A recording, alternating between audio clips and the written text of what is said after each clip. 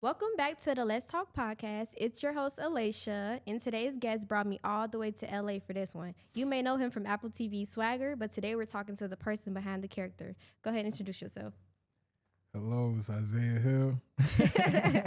What's up, Zay? What's the word? Like? You brought me all the way to LA. Is this your I'm hometown? actually like a hybrid. My mother is from LA, Ladera Heights, and my father is from New Jersey. So yeah, I'm like a hybrid. It's only When did like- you leave New Jersey? I never left. I'm really just back and forth all the time. For like business work? Business, work, Personal. basketball, just to kind of zoom out sometimes and focus on my creative, meditative space. And then my grandma live out here too. Yeah, okay. What was it like growing up in New Jersey? It's raw. It's the bricks. I'm from Essex County. And Jersey is a magical place that inspires so many different corners of the earth. But just like every great city and every great generation, you have to over-communicate to break through. Jersey is a small state, so everybody thinks they know everybody. I mean, I'm from Essex County, the best county. Then you got Bergen County, Union County, Hudson County, Monmouth County. And then everything else is like, y'all over there. You know what I'm saying? Okay. And you come from such a legendary family. That's not something everybody can say. For the people who are at home who may not know who you're kin to, can you elaborate? You seem to know. What? Miss Lauryn Hill. Yes. I love her down. Yes, that's our queen. Mhm. Growing up under that diaspora, it's just my childhood was filled with music and just beautiful melodies and harmonies, and you see, like, even the way we sing happy birthday to each other is so heartfelt, and you wouldn't trade it for the world. Yeah, I can't lie, Zay. I'm a little jealous. I would kill to have her as my auntie. Like, what is that like? It's real. All my life, Auntie has been a role model, a true role model of spirituality, faith, and respect, like, to others as well as knowledge of self. And I go hard in my legacy to live my wildest dreams, but also to show appreciation to the sacrifices that the generation before me have made. And I think that's what she did, and she understands that very well, and that's what she's passed down. We love her very much. We cherish her, and these last couple years we've gotten closer and closer. It's something I'm extremely grateful for, and I don't take for granted. Yeah, Lauren is definitely loved in every Black household there is in America. For a reason. What do you think is the biggest lesson she's ever taught you? I would say, her whole existence and walk and talk is a lesson every day. The way she responds as herself, I think, is the biggest takeaway from what she does, her authenticity. She's a true leader. And, she's given me also advice like, protect your energy, protect your soul, protect your mind, and your body. But, just from being around her, there's so much you can pick up on just swag, character, and, respect and spirituality.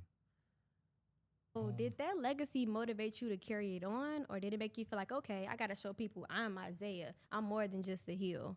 Right, and that's still a work in progress. It motivates me every day. There's not a day that I don't walk outside and I hear and I don't hear a Lauryn Hill track coming from somebody's car or from a hotel, just theme music in whatever lobby I'm in or store. I mean, I'll be even having conversations. Somebody will be talking to me, right? Somebody will talk to me, telling me some bullshit. And then all of a sudden, Tell Him comes on. It's like, tell him. And I'm like, honestly, Auntie, I should tell him he on some straight bullshit. I'm not doing none of this. What are y'all talking about? And then that follow up, doo-wop will follow up. Or, I was in a store the other day and 2 songs back to back come on. And it almost feels like, are y'all doing this on purpose? Right, they see you. Let me play her music. Yeah. I don't even know if they realize that all the time, but man, it's real. It's real, and it feels like a call from God to keep walking further into my legacy and own my truth. Yes, I agree, Zay. Yeah. What are some schools you attended in New Jersey? I attended. Was it private or public? Both. Both, okay. So I started off at South Orange Country Day School, then on to South Mountain Elementary School, then on to, they ain't gonna like this one. My parents just thought I was a baby kid for some reason. They didn't want to let me go to middle school with my folks, but I went to Montclair Cooperative School, and that's where I learned how to really read and write. Probably had like 12 people in my classroom, and they gave me my first acting role. I was Julius Caesar in the 7th grade, and I was the Mock Turtle in Alice in Wonderland in the 8th grade. And I just brought my flair. Even with my Mock Turtle, like I had the What the Kobe's on with all green and turtle shells. Like, you ain't gonna see nobody do it like this. And I had a lot of fun. But we would get out at like 2:10, and I would catch the train or whatever ride I had to get out and be with my cousins that went to the middle school in South Orange. Yeah. And then, so stayed very close to home that way. Then I went on to Union Catholic for 3 years, also an amazing school. And then I finished at Columbia High School because I wanted to graduate in that legacy that my aunt and my father already created. They were there at that school? Right. That's great. And my uncles too. During which school did your love for basketball begin? I would say in middle school. I was blessed to have cousins like YG Marley and Noah Farrakhan. And not always because they were the nicest to me, but they was always doing things at an elite level. And, YG was always learning things from his mom and his older brothers, and he was always ahead of the curve. And so was Noah. And Noah, if you don't know Noah's story, Noah's like, he's been a ESPN top 100 since he was in the 7th, 8th grade. Wow. So because I had those 2 core friends, and I lost so many basketball games in middle school and 6th grade, 7th grade, probably from 5th grade, I started taking basketball serious with them. And we used to just go at each other. Noah was always probably 7 steps better than us growing up. But me and YG, oh yeah, we used to battle. That's Young Gone. That's my brother. So I was just lucky to have those friends, and they helped me really build the foundation for what you see. So, it all makes sense. Yeah, I agree. You also have some type of basketball youth program, right? Can you talk about that a little bit? Isaiah Gives Back. That is, so these friends that I speak of, we all went to basketball camp together. And that's where we really learned to love the game and test our strengths amongst the masses.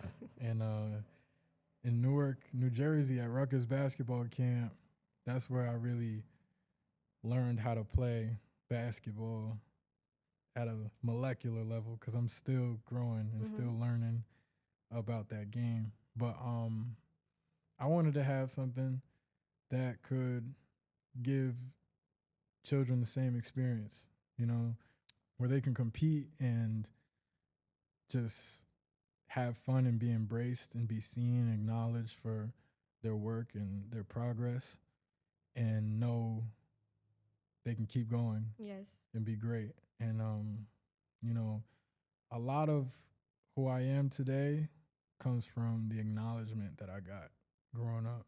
It meant a lot to me, to have the mentors and the older people in my life that said, "Yo, nah, you got this. Nah, keep going.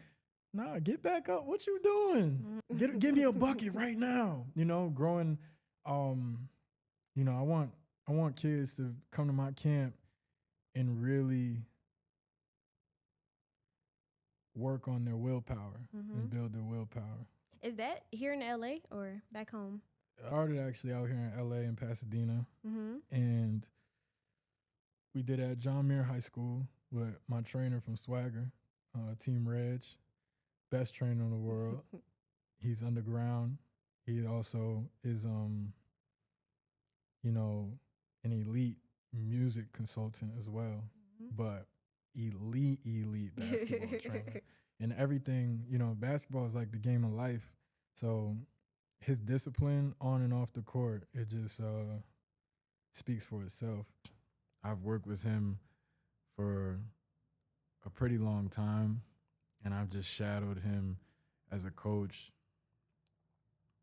in so many different training sessions that I felt like I'm at a point where I can really teach kids how to score and if anything, be a checkpoint on their journey. So, I'm excited to have more kids in my camps. So we started out here in 2023. Then I did another one, took a year off because I went back to school. I did One Spoon of Chocolate with RZA in 2024. But then we picked it back up in 2025 at the hometown in South Orange. Got to see a lot of my little cousins play and see where their skills is at. And a lot of the youth came out and supported it. And I'll be with them for life. What are you in school for? Right now, I'm looking at business, tech, and marketing. My mom, she's done marketing for a long time. Not to mention film. I spent 5 years learning from one of the best directing minds, writers in the world, Reggie Bythewood. So like the way I see film and shots and cinema now, I really want to grow that gift. And so you want to get behind the screen now? Okay. For sure. Okay. Let me take these off. Yeah, show your eyes. It's because, bro, all them actors, man, all y'all be coming up here with shades, bro. And I'll be like, yo, y'all mad cool. So I want to do my thing too. Word, y'all gonna respect me. But nah, y'all can see my eyes. It's really me. Okay, you're also well known, Mr. Jace Carson. Can you tell us when your acting journey began with Swagger? I reached out. It was an open call. I'll never forget, my coach Phil gave me a DM from Gina Prince Bythewood's Instagram post, opening call for the role Jace. That will be the lead role in Kevin Durant's new basketball series, Swagger. And I said, wait a minute. Over 6 feet and can play basketball in black? Excuse me. Wait. Excuse me. Wait. Let me tell you something. No, I had to jump in there. So how was I gonna get their attention? I didn't really think that they was gonna pick me, but at the time, I had nothing but basketball on my page. I was a hooper through and through, playing at Union Catholic. I was a freshman. No, I was a sophomore in high school, playing varsity. Our season was... You were a sophomore when Swagger started? Sophomore in high school. You looked so much younger than that. Yeah. That's crazy. Nah, sophomore in high school. I was 16, and I got all my friends that always be clowning me. YG, Noah, Kalani, John, David, Jonah, Jody, always telling me like, yo, you look like KD. If you don't get your KD stretch, long neck ass. So I'm like, you know what? For all y'all that say I look like KD, man, tag me under this post right now if you really, if that's what you're going to stand on. And I swear I had like 50 to 60 people comment my name under there. Wow. Underscore Zaycash, underscore Zaycash. Yo, underscore Zaycash. If you don't pick underscore Zaycash, you tripping. And Lauren Gray Caston saw that name and decided she was going to give me an address to the open call in Brooklyn. And I needed to get my mom on board with the email and get all the details. And I said, look, Mom, they really gave me like the address. What should I do? Like, because before that, acting had already broke my heart one too many times. Really? Mm-hmm. Even after the elementary role you told me about? Before that, acting broke my heart one too many times. What and happened? Acting is like that girl that. What, she don't call you back, or? Nah, she gonna call you back, but She hard to get? she just plays hard to get so many times. It's like, girl, I know you love me. But once you get her, the feeling is amazing, right? Once you get her, it's like, girl, you see how I can treat you?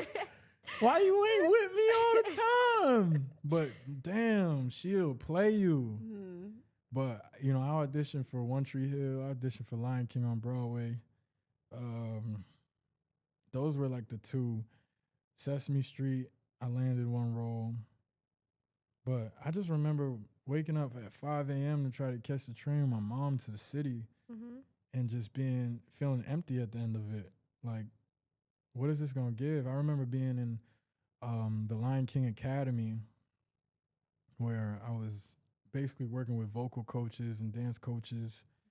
And, you know, in there we had actors like Niles Fitch, Caleb McLaughlin that were like really doing it at the time. But I had no idea who I was really around, you know.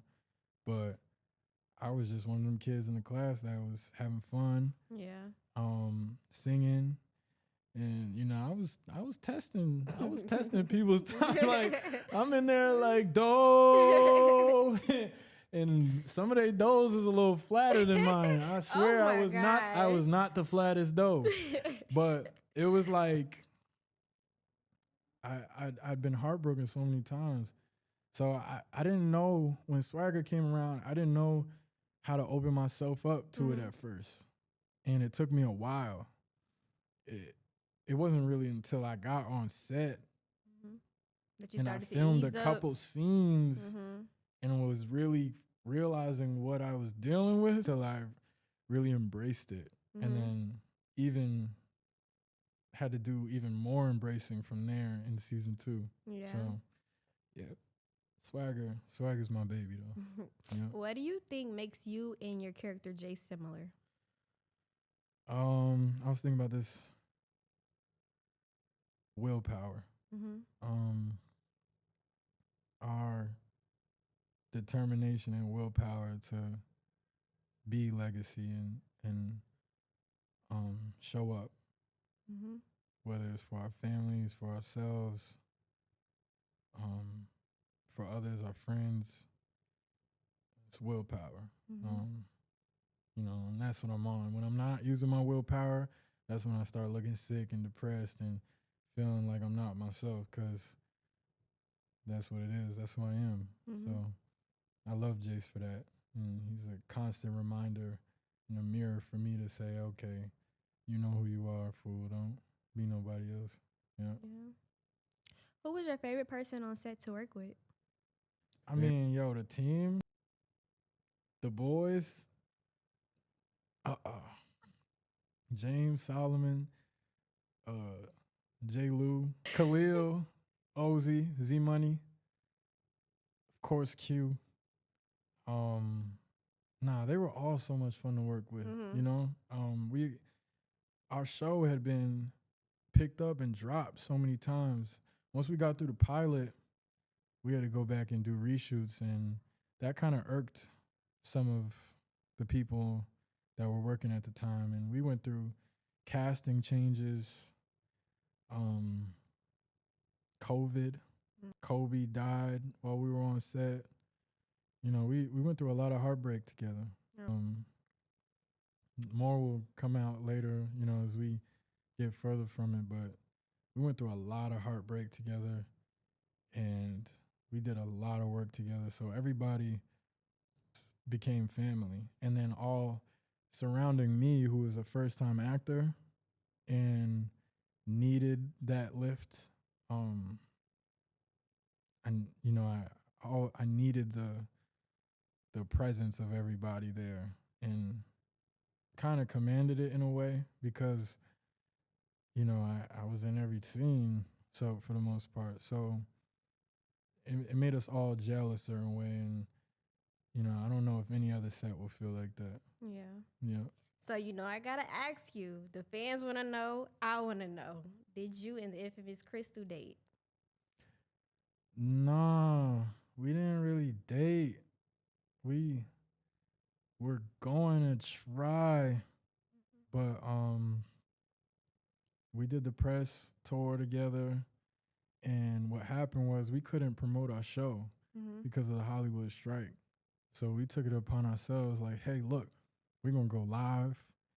We are going to take each other's photos. We're gonna be our own PR, and that's how we really kind of broke through on a cultural level. While you know, SAG-AFTRA was having a huge strike, and we couldn't promote Swagger. Nobody could talk about it.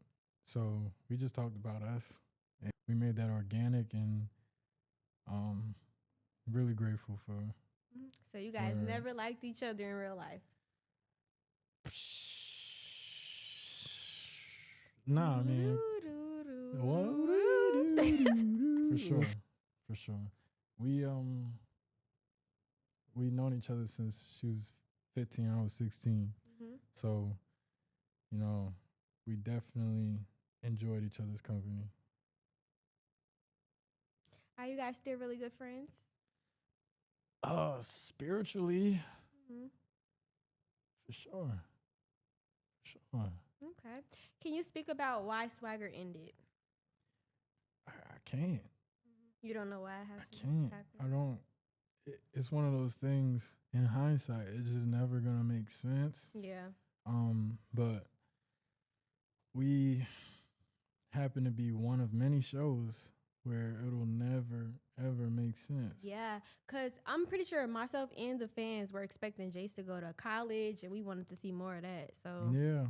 And I think, you know, Reggie Rock, he silently is always fighting for us. So whether we all get together in another film that's not Swagger, or we bring it back and y'all get to see these new tricks I got, and everybody else gets to show off their new tricks. You said you want to be a director. There you go. Hey. There you go. We don't have to get this show rolling. We have to take this show on the road ourselves. I mean, I don't know. It's weird because, like, Netflix started, we were talking to Netflix. We was talking to different outlets. And it feels like they got that starting five with KD. And they said, listen, we got KD himself. Right. So we don't need y'all. And I'm like, damn. They took my man's. Word, but we'll see. So since Swagger is inspired by Kevin Durant's story, your role connected to his bigger moves with Boardroom and Game Plan. For the people at home who don't know what that is, can you explain it to them? Really investing, starting my own investment portfolio, hedge fund, capital company, you know, however you want to wrap it in a bow. They know what they're doing on the investment side. So at their Game Plan event recently, I was the youngest person in the room around brands like Nike, Adidas, CEOs of the NHL, leading operators of the NCAA, and more. Just to be in that room and soak up the knowledge and the willpower. You know, that's gonna be a word theme for the day. I had a lot of fun just learning about people's stories and how they've pivoted in purpose. Yeah. So I know you said that you and Miss Crystal are not dating. Are you dating anyone? You know, it's 2025. You scratching that forehead. You know It's what that mean. 2025. You know, it's like it's very. I can hear the lies. The dating pool out there is. It's what? It's insanity. It's insane work. It's crazy work, you know? So you're not dating. Are you open to dating or are you like I ain't even say that. I ain't say nothing yet. I was getting to my spiel. Lay, you got come on, Lay. What's wrong with Zay? You supposed to go ahead. But it's like it's 2025. Do you have someone you care about in a romantic way? It's 2025. It is. That's the year. It's 2020. And it's gonna be 2026, and that's gonna be even a crazier fix. Yeah, you're trolling right now. I'm just saying, like, you gotta understand. Oh my the goodness. Understandables. Can you balance dating and having your career? I really want to have that on a truthful level. I'm aiming for it, but I also gotta stay busy. I need, you know, a person that really understands what the business is and how to communicate properly so we can elevate our inner purpose, you know? So it's really tough. It's really tough in the dating world right now. But I think I could. To answer your question, I think I could balance. You could balance it. Yeah. And I've tried a couple times. So it means I'll try again, probably. I'll try again. You like the biggest troll ever, bro. Bro. Just telling you the car facts, bro. Okay. Alrighty. Are there any upcoming films or projects you have your eye on? All of them. I got my eye on all you guys. I know that's suckers. right. Word. What's next for you personally and professionally? Personally and professionally, I think right now, as a young man, I'm just looking to respond as myself.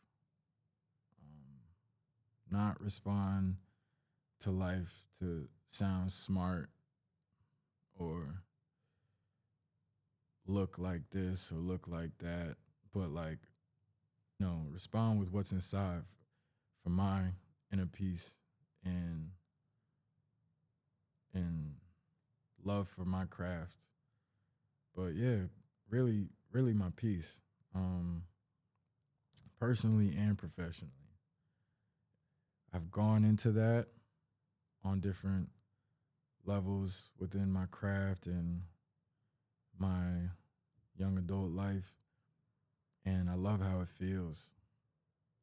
So, yeah, just to be able to truly respond as myself, not be trying to please something outside of myself, but actually operate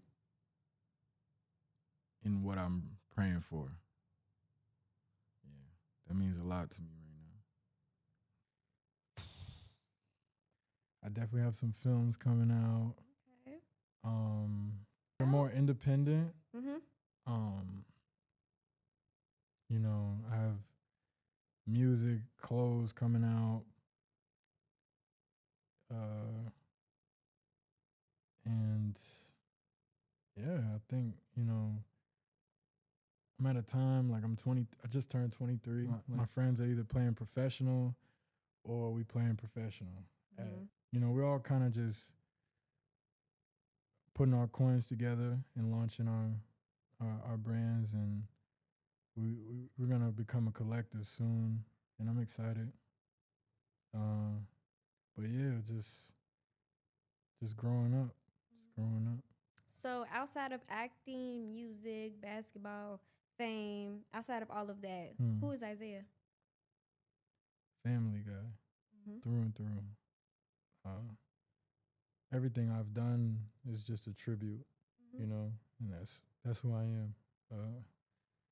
A tributor, a contributor, a leader. That's the role I'm stepping into more, being the leader for my pack and not being in the back seat. But it's been that way, and I can't run from it. Mhm. So I have to step up, and it involves communication, a lot of communication, which I've been bad at. So now it's time to be a better communicator, a better leader, and just rally my troops. So that's who I am, family guy. Okay. What can the supporters expect next from you? Um, just a whole lot of fly shit, whole lot of cinema, Mhm. fashion, music, melodies, and just realness, rawness, charm, smile.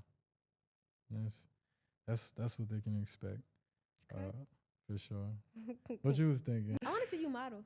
You want to see me I model? want to see you A model. lot of people have been saying I that. want to see you model.